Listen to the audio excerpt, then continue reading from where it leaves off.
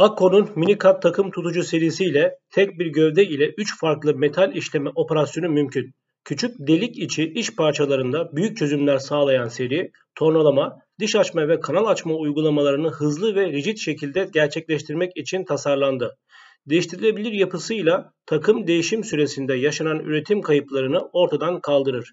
Kullanıcının maliyet yöntemini destekler. Ayrıntılı bilgi için www.akko.com.tr'yi ziyaret edebilirsiniz.